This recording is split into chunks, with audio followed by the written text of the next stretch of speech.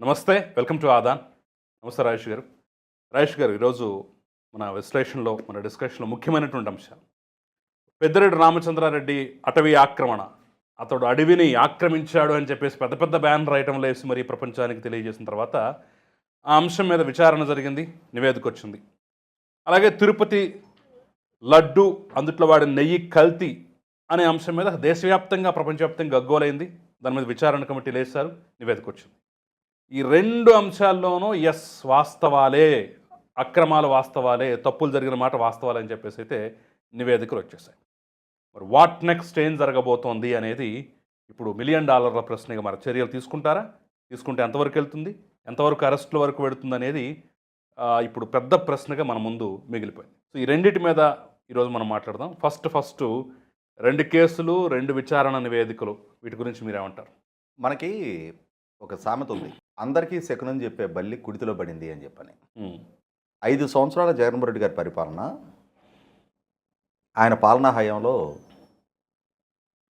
3 అంగుళాలు సబ్బంహరి గారి కాంపౌండ్ వాళ్ళు ఆయన స్థలాన్ని దాటి మున్సిపల్ స్థలంలోకి వచ్చింది అని చెప్పని అర్ధరాత్రి ఆయన కాంపౌండ్ వాళ్ళు కూల్చేశారు. జస్ట్ 3 అంగుళాలకి 3 అంగుళాలు. గీతం యూనివర్సిటీ కాంపౌండ్ వాళ్ళు ప్రభుత్వ భూమిని ఆక్రమించారు అని చెప్పని ఆరోపిస్తూ కాంపౌండ్ వాళ్ళు కూల్చారు. అలాగే గీతం యూనివర్సిటీ ప్రెమిసెస్లోకి అడుగుపెట్టి ఇక్కడ సర్వే చేస్తున్నాము, ప్రభుత్వ భూముల ఆక్రమణ జరిగింది, ఈ ఆక్రమించిన భూముల్ని మేము డిమార్కేషన్ చేసి గీతం యూనివర్సిటీ చెర నుంచి విడుదల చేస్తున్నామని చెప్పని వాళ్ళ ప్రతిష్ట మంటగలిపే విధంగా అధికార వ్యవస్థతోటి ఏ విధమైన హంగామా సృష్టించారో చూసాం మనం. ప్రస్తుత స్పీకర్ అయ్యన్నపాత్రుడు గారు, ఆయన ఇంటి కాంపౌండ్ వాళ్ళు ఇరిగేషన్ స్థలాన్ని ఆక్రమించారు అని చెప్పని అర్ధరాత్రి 2 గంటలకి ఏదో బోర్డర్ దాటి పాకిస్తాన్ మీద సర్జికల్ స్ట్రైక్ వెళ్తున్నట్టుగా వందలాది మంది పోలీసులు, రెవెన్యూ అధికారులు, సబ్ కలెక్టరు, ప్రొక్లైనర్లు, జేసీబీలతోటి హడావుడి చేసిన తీరు చూసాం మనం. అవును, 1% ఆక్రమించారు. 1% అంటే ఇక్కడ మనకు అర్థమవుతున్నది ఏంటి?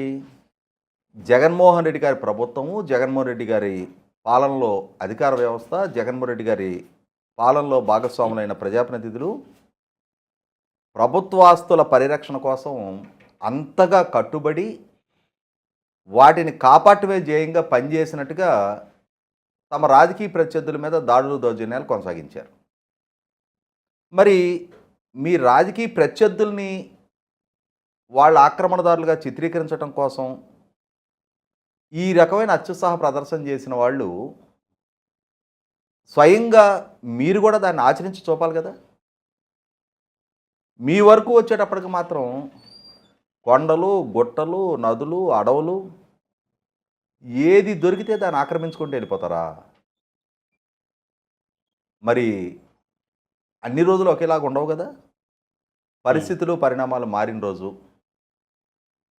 ఖచ్చితంగా ఈ అధికార మార్పిడి జరిగిన రోజు మీ తప్పులు కూడా వెలుగులోకి వస్తాయి కదా. ఆ రోజు 3 అంగుళాలకి 1/2 ఆక్రమణలకి మీరు అంతటి హంగామా సృష్టించి అధికార వ్యవస్థతోటి అంత మీ ప్రత్యర్థుల్ని వ్యక్తిత్వానికి పాల్పడ్డ వాళ్ళు ఈరోజు మీ వరకు వచ్చేటప్పటికి ఇంకా వీరప్పనన్న అడవిలో దొరికిన ఏనుగు దంతాలు, అడవిలో దొరికిన ఎర్రచందనం చెట్లు నరికాడు, అడవిని మింగల. కానీ జగన్మోహన్ రెడ్డి గారి పాలనా హయాంలో అటవీ శాఖ మంత్రిగా పనిచేసిన పెద్దిరెడ్డి రామచంద్రారెడ్డి స్వయంగా అడవినే చుట్టు పెట్టేశాడు. చాప చుట్టి ఇంట్లో పెట్టుకున్నట్టుగా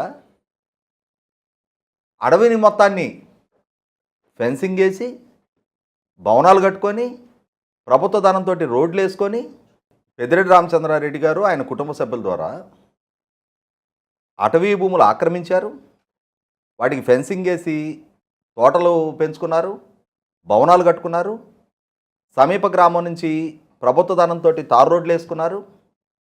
ఈ అంశాలన్నీ గత 10 రోజుల క్రితం ఈనాడు పేపర్ ద్వారా మీడియాలోకి వెలుగులోకి తీసుకొచ్చి ప్రజాబాహుళ్యానికి తెలియజేసిన తర్వాత పెద్దిరెడ్డి రామచంద్రారెడ్డి గారు ఆయన కొడుకు మిథున్ రెడ్డి గారు పడరాని పాటలు పడతా మేము అసలు ఆక్రమించలేదు, మా అంతటి స్వాతి ముత్యాలు ఆయన ముత్యాలు ప్రజా జీవితంలో ఇంక వేరే ఎవరు లేరు, రాజకీయంగా మమ్మల్ని అప్రతిష్ట పాలు చేయడానికి చంద్రబాబు నాయుడు గారి ప్రభుత్వం ఈ విధమైన కుట్రకోణాలకు పాల్పడతా ఉంది, ఇవి మా రెక్కల కష్టంతో మా కష్టార్జితం అని చెప్పారు. ఈ ఆరోపణలు వచ్చిన రోజే నేను చెప్పడం జరిగింది. ఎందుకంటే చాలా స్పష్టమైన సాక్ష్యాధారాలతోటి ఈనాడు పేపరు ఈ అంశాన్ని వెలుగులోకి తేవడం జరిగింది. వాస్తవంగా చిత్తూరు జిల్లా మంగళపల్లి గ్రామం, పులిచెర్ల మండలం మంగళపల్లి గ్రామంలో సర్వే నెంబర్ 295 అండ్ 296 అటవీ మధ్యలో ఆ 2 సర్వే నెంబర్లే పట్టాభూములు ఉన్నాయి. ఆ 2 సర్వే నెంబర్ల మొత్తం విస్తీర్ణం వచ్చేటప్పటికి 23 ఎకరాల 69 సెంట్లు, సర్వే నెంబర్ 295 వచ్చేటప్పటికి 17 ఎకరాల 69 సెంట్లు, సర్వే నెంబర్ 296 6 ఎకరాలు. అంటే ఈ సర్వే నెంబర్లు బైఫర్గేట్ చేసిన మొత్తం విస్తీర్ణం ఆ సర్వే నెంబర్ల అసలు సిసల విస్తీర్ణంతో మ్యాచ్ అవ్వాలి. ఇప్పుడు మనం సర్వే నెంబర్ బైఫర్గేట్ చేసిన మాత్రాన విస్తీర్ణం పెరగడానికి ఆస్కారం లేదు. అయితే ఇక్కడ జరిగింది ఏంటి అంటే as per fair survey number record ప్రకారం ఆ 2 సర్వే నెంబర్ల ఎక్స్టెంట్ వచ్చేప్పటికి 23 ఎకరాల 69 సెంట్లు. దాన్ని ఏం చేశారు, వీళ్ళ కుటుంబ సభ్యుల పేరిట సేల్ డీడ్ ఎగ్జిక్యూట్ చేసుకున్నారు. సేల్ డీడ్ ఎగ్జిక్యూట్ చేసినప్పుడేమో 45 ఎకరాల 80 సెంట్లు సేల్ డీడ్ ఎగ్జిక్యూట్ చేశారు. ఎలా సాధ్యం అది?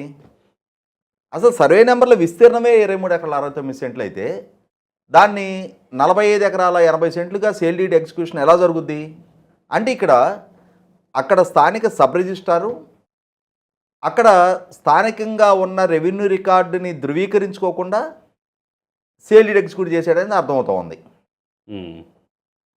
సహజంగా సేల్ డీడ్ ఎగ్జిక్యూట్ చేసేటప్పుడు ఆ సబ్ రిజిస్ట్రారు రెవెన్యూ రికార్డుని వెరిఫై చేసుకోవాలి. ఆ ప్రాసెస్ ఏం జరగకుండానే 45 ఎకరాల 80 సెంటుకి రిజిస్ట్రేషన్ జరిగింది. సరే, 45 ఎకరాల 80 సెంట్లు అంటే 23 ఎకరాల 69 సెంట్లకి ఇంకొక 22 ఎకరాల 11 సెంట్లు అదనంగా కలిపి రిజిస్ట్రేషన్ చేశారు. దాన్ని 10-1 అడంగల్లోకి ఎక్కిచ్చే సందర్భంలో వచ్చేటప్పటికి 75 ఎకరాలుగా ఎంటర్ చేశారు. ఎలా సాధ్యం అది? సరే, 75 ఎకరాలుగా ఎంటర్ చేసావు. ఫిజికల్ పొజిషన్ వచ్చేటప్పటికి 104 ఎకరాలు కనిపిస్తూ ఉంది. అంటే ఇక్కడ సర్వే రికార్డుకి, సర్వే ఎక్స్టెంట్కి, ఆ పర్టికులర్ సర్వే నెంబర్ ఎక్స్టెంట్కి సేల్ డీడ్కి సంబంధం లేదు, సేల్ డీడ్కి 10-1 అడంగల్కి సంబంధం లేదు, 10-1 అడంగల్కి ఫిజికల్ పొజిషన్కి సంబంధం లేదు. అంటే ఇక్కడ క్లియర్గా మనకు అర్థమవుతున్నది 23 ఎకరాల 69 సెంట్లు ఉండాల్సిన పట్టాభూమి వీళ్ళ ఆధ్వర్యంలో 104 ఎకరాలకి భూమి వ్యాకోచం చెందింది. అవును, మనకి బెలూన్లోకి గాలి ఊతే బెలూన్ ఎలా ఇలా ఉబ్బుద్దో అలాగే పెద్దిరెడ్డి రామచంద్రారెడ్డి గారు ఆయన కొడుకు ఆయన సతీమణి పేరిట సేల్ డీడ్ ఎగ్జిక్యూట్ అయింది కాబట్టి ఆ భూమి కూడా విస్తీర్ణం పెరిగిందనమాట. ఇది ఒక్క పెద్దిరెడ్డి రామచంద్రారెడ్డి గారికి మాత్రమే సాధ్యం. ఇవాళ ఎప్పుడైతే ఈనాడు ఈ అంశాన్ని వెలుగులోకి తీసుకొచ్చిందో తండ్రి కొడుకులు ఇద్దరు పోటీపడి ప్రెస్ మీట్లు పెట్టారు. పేపర్లు ఇట్లా అప్పట్లో సిఐడి అడిషనల్ డీజీగా పనిచేసిన సంజయ్, పనువల సుధాకర్ రెడ్డి గారు ఎలా అయితే చంద్రబాబు నాయుడు గారికి వ్యతిరేకంగా పేపర్లు ఇలా గాల్లో ఊపుతా ప్రెస్ మీట్లు పెట్టారో అలాగే వీళ్ళు కూడా ప్రెస్ మీట్లు పెడతా రకరకాలుగా సమర్థించుకునే ప్రయత్నం చేశారు. కానీ ఈ ఆరోపణలు వచ్చిన మీదట దీన్ని నిగ్గుదేల్చడం కోసం ప్రభుత్వం కూడా తన రాజకీయ ప్రత్యర్థులు కాబట్టి ఏకపక్షంగా కేసు పెట్టాలి, అరెస్ట్ చేయాలని చెప్పని ఆలోచన చేయలే. ఖచ్చితంగా తప్పు జరిగిందా లేదా, తప్పు జరిగిందా లేదనేది అధికారికంగా ధృవీకరించుకున్న తర్వాత ప్రభుత్వ పరంగా చర్యలు తీసుకోవాలి. అంతేగాని తమకు రాజకీయంగా ప్రత్యర్థి కాబట్టి ఏకపక్షంగా ప్రభుత్వ పరంగా చర్యలు తీసుకోకూడదనే ఉద్దేశంతో అక్కడ అసలు ఈ అంశంలో ఈ ఆరోపణల మాటనున్న నిజాలు ఏంటనేది నిర్ధారణ చేయడం కోసం తిరుపతి ఎస్పీ గారు, తిరుపతి కలెక్టర్ గారు, ఉమ్. అలాగే అటవీ ప్రాంతానికి సంబంధించిన ఆరోపణ కాబట్టి అనంతపూర్ ఫారెస్ట్ కన్జర్వేటర్ గారిని ముగ్గురిని, అంటే ఒక ఐఏఎస్, ఒక ఐపీఎస్, ఒక ఐఎఫ్ఎస్, ఉమ్. ఆల్ ఇండియా సర్వీస్ అధికారులతో ఒక విచారణ కమిటీ వేసి వాళ్ళని స్థానికంగా ఉన్న రెవెన్యూ రికార్డులు, అటవీ రికార్డుల్ని పరిశీలించి ధృవీకరణ చేసుకోమని చెప్పారు. అవును. అదే సందర్భంలో ప్రభుత్వ ధనంతో ప్రైవేట్ ఆస్తికి రోడ్డు నిర్మాణం జరిగిన అంశాన్ని కూడా విచారణ చేయాలి. ఉమ్.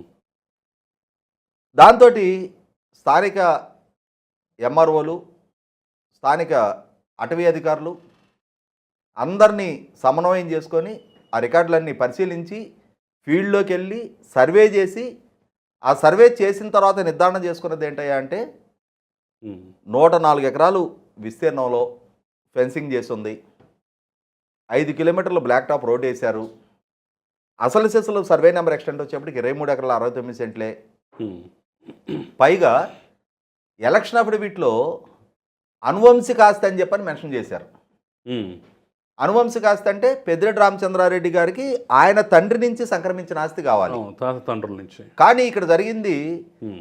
సేల్ డీడ్ ఎగ్జిక్యూట్ చేసుకోవడం ద్వారా వీళ్ళకి ఈ భూమి మీద హక్కు దక్కింది.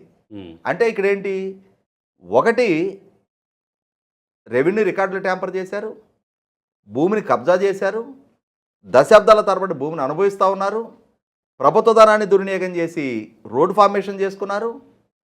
అన్నిటికన్నా ముఖ్యంగా ఎలక్షన్ అఫిడవిట్లో కూడా తప్పుడు వివరాలు ఇచ్చారు. అవును. ఆ ఆస్తుల్ని డిస్క్లోజ్ చేసే సందర్భంలో తప్పుడు వివరాలు ఇచ్చారనేది నిర్ధారణ అవుతుంది. ఉమ్. ఇప్పటికే పెద్దిరెడ్డి రామచంద్రారెడ్డి మీద, అక్కడ అతని మీద పోటీ చేసి ఓడిపోయిన బీసీవై పార్టీ అధ్యక్షుడు రామచంద్ర యాదవ్ గారు ఆయన సతీమణికి సంబంధించిన 142 ఆస్తుల్ని ఎలక్షన్ అఫిడవిట్లో మెన్షన్ చేయలేదు అని చెప్పని, ఎలక్షన్ అఫిడవిట్లో తప్పుడు వివరాలతో ఎలక్షన్ అఫిడవిట్ నింపారు అని చెప్పని, సమగ్రమైన ఆస్తుల్ని డిస్క్లోజ్ చేయలేదు అని చెప్పని ఈ ఎలక్షన్ పిటిషన్ ఫైల్ చేసింది. ఇప్పుడు ఈ అంశం కూడా వెలుగులోకి వచ్చింది. అంటే చాలా ఆస్తులు మెన్షన్ చేయలేదు, మెన్షన్ చేసిన ఆస్తులను కూడా తప్పుడుగా డిక్లేర్ చేశారు అని చెప్పని. ఖచ్చితంగా. కాబట్టి ఇప్పుడు లోతైన విచారణ జరిగి తీరాల్సిందే. ఉమ్. అదే సందర్భంలో ఈ విజిలెన్స్ విచారణ జరిపిన సందర్భంలో విజిలెన్స్ కమిషన్ కూడా కఠినమైన చర్యలకి రికమెండ్ చేస్తూ కేసులు నమోదు చేయమని చెప్పని ప్రభుత్వానికి నివేదిక ఇచ్చారు. ఉమ్. అంటే అటవీ భూముల ఆక్రమణ కుట్రపూరితమైన చర్య. దీంతో నీకు ఎన్విరాన్మెంటల్ కేసెస్ కానీ, ఫారెస్ట్ కేసెస్ కానీ చాలా కఠినమైన సెక్షన్స్ ఉంటాయి. మనకి వాటిని అమలు చేసి దానికి అనుగుణంగా చర్యలు తీసుకోవటం మొదలు పెడితే జీవితకాలం జైల్లో ఉండాల్సి వస్తుంది ఎవడైనా కూడా. ఖచ్చితంగా. కాకపోతే ఏంటంటే మనకి అధికారం మాటున వ్యవస్థలను గుప్పెట పెట్టుకొని వాళ్ళ వరకు రాకుండా ఈ ఆక్రమణలు, ఈ అరాచకాల పర్వాన్ని నాయకత్వం కొనసాగిస్తూ వస్తున్నారు ఇప్పటిదాకా. ఉమ్. ఇప్పుడు నమోదు చేసే సెక్షన్లు కనుక కఠినంగా ప్రభుత్వ పరంగా కేసు నమోదు చేసి వీళ్ళని అరెస్టులు చేయటం మొదలు పెడితే యావజ్జీవ శిక్ష పడే సెక్షన్స్ ఉన్నాయి. ఉమ్.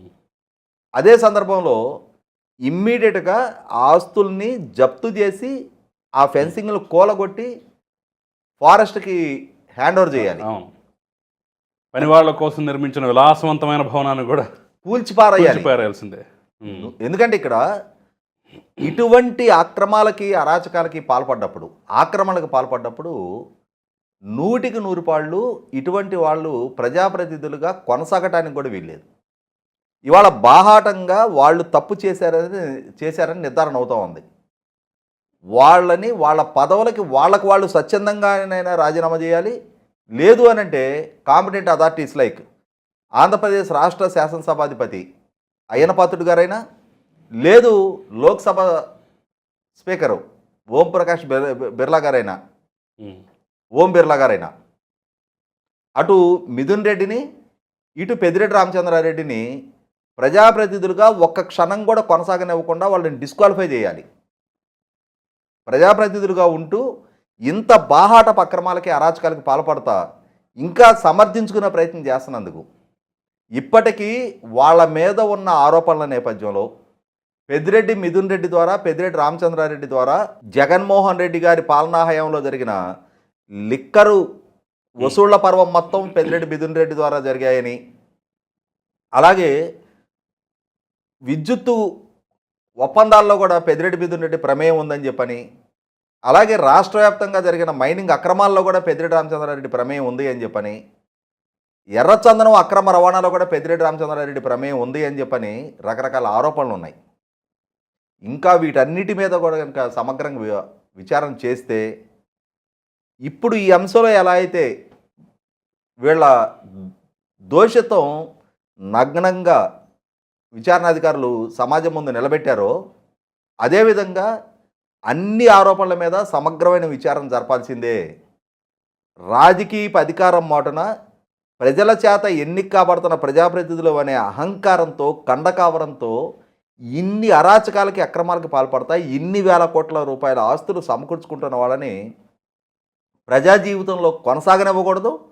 అదే సందర్భంలో వాళ్ళకి సంబంధించిన ప్రతి అక్రమ సంపాదనని కూడా, ప్రతి రూపాయిని కూడా ప్రభుత్వాన్ని పరం చేసి సమాజ సేవకు వినియోగించాలి తప్ప, అటువంటి వాళ్ళు ఏం పర్లేదు ఇంకో 10 ఏళ్ళు జైల్లో ఉండైనా వస్తాం, మా ఆస్తులు మాకు దక్కుతాయి కదా అని చెప్పని వెసులుబాటు కల్పించకూడదు. అదే అంటున్నాడు కదా జగన్మోహన్ రెడ్డి 2.0. ఏముంది, 3 నెలలు జైల్లో పెడతారు, ఆ తర్వాత బయటకు వస్తారు, చాలా సింపుల్గా జైలు జీవితాన్ని కూడా చాలా సింపుల్గా అనుభవించండి అన్నట్టుగా చెప్తున్నారు. ఇప్పుడు అదే నిజమైపోయి ఇప్పుడు వాళ్ళ సాంగత్యం వల్ల ఏమో కానివ్వండి, ఇప్పుడు లడ్డూ కల్తీకి సంబంధించి 9 అరెస్ట్ అయ్యారు. ఈ అరెస్టుల పరంపర అనేది ఇక పై వరకు తాకుతుంది అనేది కూడా కొన్ని కామెంట్లు అయితే వినిపిస్తున్నాయి. భూమన కరుణాకర్ రెడ్డి, వైవి సుబ్బారెడ్డి వరకు కూడా విచారణ, అరెస్టుల వరకు వెళ్ళొచ్చేమో అని అంటున్నారు. ఏంటంటారు? ఇప్పుడు ఆ నివేదిక కూడా వాళ్ళకి వ్యతిరేకంగానే వచ్చింది కదా. తిరుమల శ్రీవారి కైంకర్యానికి వినియోగించే నెయ్యి, అంటే తిరుమల శ్రీవారికి నైవేద్యంగా నివేదించే లడ్డూ తయారీలో వినియోగించే నెయ్యి జంతు కళేబరాల నుంచి తీసిన కొవ్వుతో కల్తీ అయింది.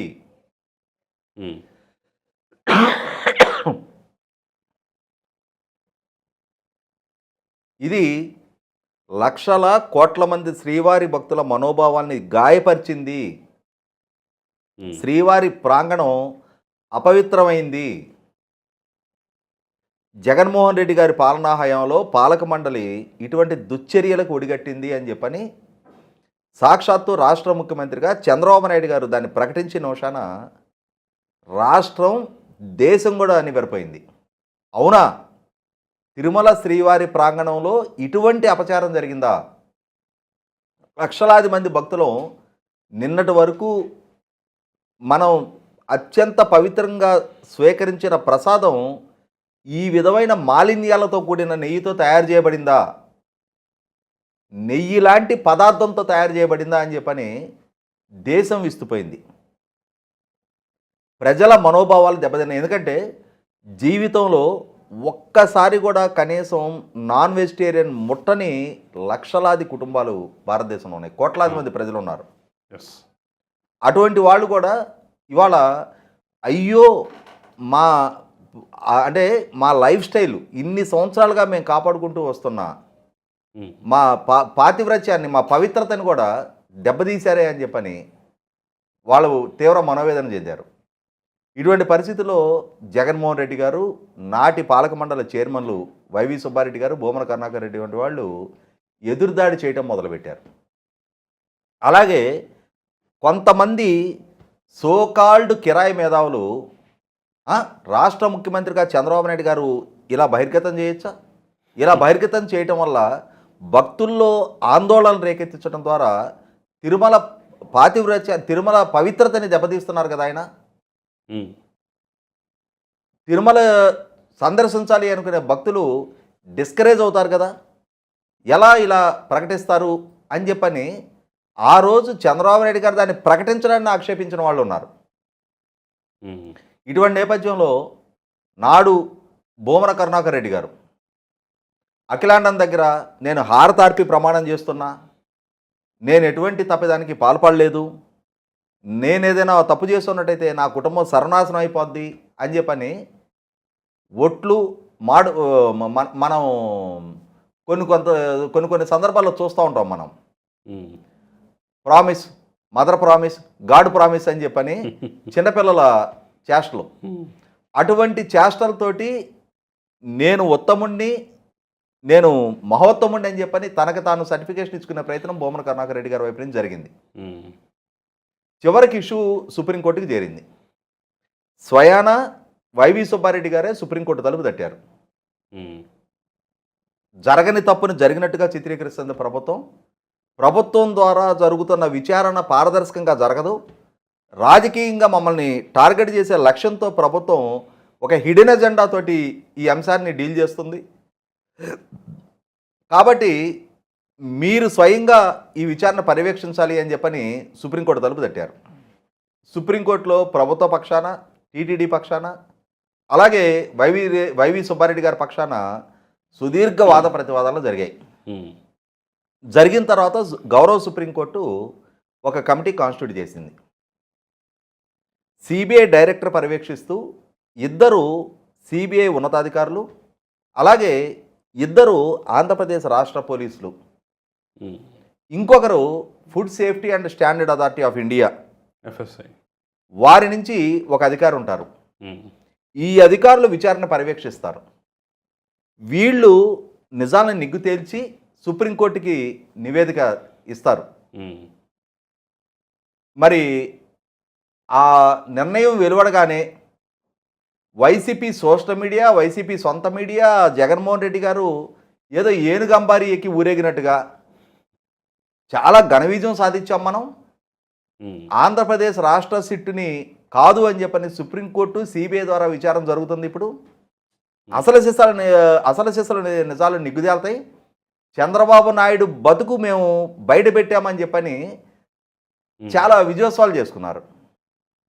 మరి ఇప్పుడు సుప్రీంకోర్టు ద్వారా నియమించబడ్డ కమిటీయే ఆ రోజు ఏ ఆరోపణలు అయితే వచ్చాయో, ప్రభుత్వ వర్షన్ ఏంటో దాన్ని టీకా తాత్పర్యాలతో సహా సమర్థిస్తూ ఉమ్. జరిగింది తప్పుడు విధానానికి నాడు టీటీడీ పాలక మండలి తెరలేపింది, ఉమ్. తప్పుడు మార్గంలో నెయ్యి లాంటి పదార్థాన్ని సప్లై చేశారు ఉమ్. అని ఆ రోజు ఆంధ్రప్రదేశ్ రాష్ట్ర పోలీసు ద్వారా, సిట్ ద్వారా ఏ అంశాలను వెలుగులోకి తెచ్చారో వాటినే ధృవీకరిస్తా. ఆ రోజు వచ్చిన ప్రతి ఆరోపణ కరెక్టేనని చెప్పని నిన్న సిబిఐ కమిటీ ద్వారా 4 అరెస్టులు జరిగినాయి. అరెస్టులు జరిగినాయి అనంటే తప్పు జరిగినట్టే కదా. ఖచ్చితంగా. తప్పు జరిగిందని కన్విన్స్ అవ్వబట్టే కదా అరెస్టులు జరిగింది. ఖచ్చితంగా. ఏం ఆరోపణలు వచ్చినాయి ఆ రోజు? ఉమ్. నందిని డైరీ కర్ణాటకకి సంబంధించిన కోఆపరేటివ్ ఫెడరేషన్ అవును. దశాబ్దాల తరబడి బెస్ట్ క్వాలిటీ నెయ్యి వాళ్ళు లాభాపేక్ష లేకుండా కాస్టు తిరుమల శ్రీవారి సేవగా భావిస్తా వాళ్ళు సప్లై చేస్తున్నారు 50 ఏళ్ళుగా, దశాబ్దాల తరబడి. ఉమ్. అటువంటి నెయ్యి ఖరీదు ఎక్కువగా ఉంది అని చెప్పని, బెస్ట్ క్వాలిటీ అనుకున్నప్పుడు ఖరీదు ఎక్కువే ఉంటుంది. ఉమ్. నువ్వు రేటు దగ్గర కాంప్రమైజ్ అవుతున్నావు అని అంటే క్వాలిటీ విషయంలో కూడా, నాణ్యత విషయంలో కూడా కాంప్రమైజ్ అవ్వడానికి సిద్ధపడాల్సిందే. అటువంటిది వాళ్ళ నందిని వాళ్ళు పొటెన్షియల్ సప్లయర్స్, ఉమ్. వాళ్ళు లక్షల కిలోలు సప్లై చేయగలిగే కెపాసిటీ వాళ్ళకు ఉంది. అటువంటి వాళ్ళు కూడా లాభాపేక్ష లేకుండా కాస్ట్ సప్లై చేస్తున్నారు. అటువంటి సప్లయర్ని రద్దు చేసి మాకు సరసమైన ధరకు సప్లై చేసేవాళ్ళు కావాలి అని చెప్పని టెండర్ పిలిచారు. అంటే ఏంటి అక్కడ అర్థం? ఉమ్. మీరు వీలైనంత తక్కువ రేటు కోట్ చేసిన వాళ్ళకి మేము ఇవ్వడానికి సిద్ధంగా ఉన్నాం. అది ఎలా ఉన్నా పర్లా. అంటే వీలైనంత తక్కువ రేటుకి సప్లై చేసేవాడు నాణ్యతతో కూడిన నెయ్యి ఎలా సప్లై చేయగలుగుతాడు? ఇవాళ భారతదేశ వ్యాప్తంగా ఓపెన్ మార్కెట్లో ఉమ్. నాణ్యమైన నెయ్యి అనేది 5,500-6 వేల రూపాయలకి కిలో అమ్ముతున్న వాళ్ళు ఉన్నారు ఇవాళ. అవును. అంటే ఆర్గానిక్ ప్రోడక్ట్ అని చెప్పని ఉమ్. కిలో నెయ్యి 5,500-6 వేల రూపాయలకి అమ్ముతున్న వాళ్ళు ఉన్నారు. నందిని ప్రోడక్టు వాళ్ళు బల్క్గా సప్లై చేస్తూ 475 రూపాయలకి ఇస్తూ ఉన్నారు. ఉమ్. వీళ్ళు ఏం చేశారు? 319 రూపాయలు. 319 రూపాయలు 80 పైసలకి టెండర్ ఖరారు చేశారు. కనీసం బుద్ధి జ్ఞానం ఉన్నాడు ఎవడైనా సరే తిరుమల శ్రీవారి లడ్డూ తయారీకి వినియోగించే నెయ్యి బెస్ట్ క్వాలిటీ నెయ్యికి ప్రాధాన్యత ఇస్తారా, చౌకగా వచ్చే నెయ్యికి ప్రాధాన్యత ఇస్తారా? ఇక్కడ మనకి మన బైక్లో ఇంజిన్ ఆయిల్ పోయించుకుంటాం.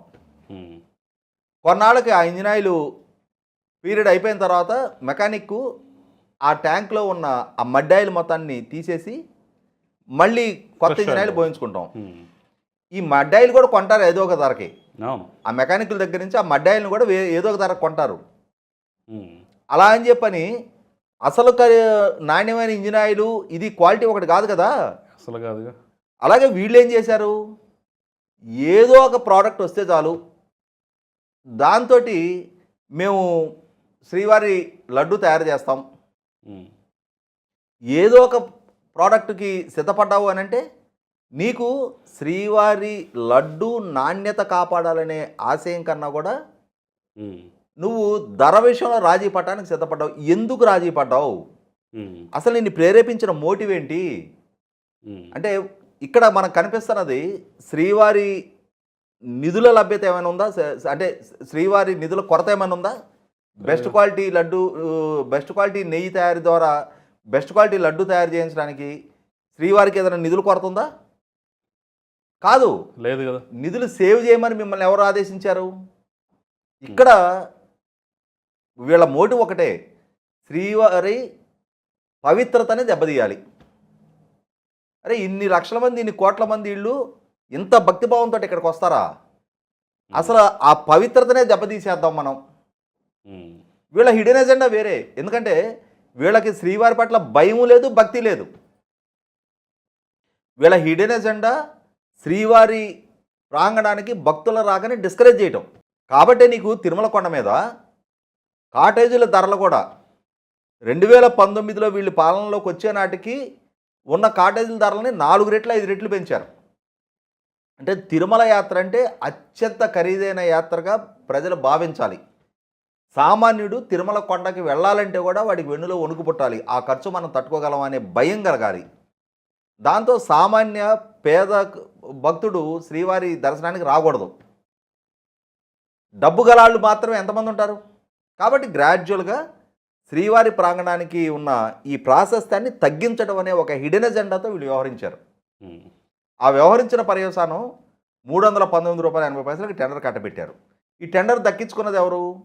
ఏఆర్ డైరీ అని చెప్పని తమిళనాడులో ఉన్న డైరీ, వాళ్ళ పేరిట టెండర్ ఖరారైంది.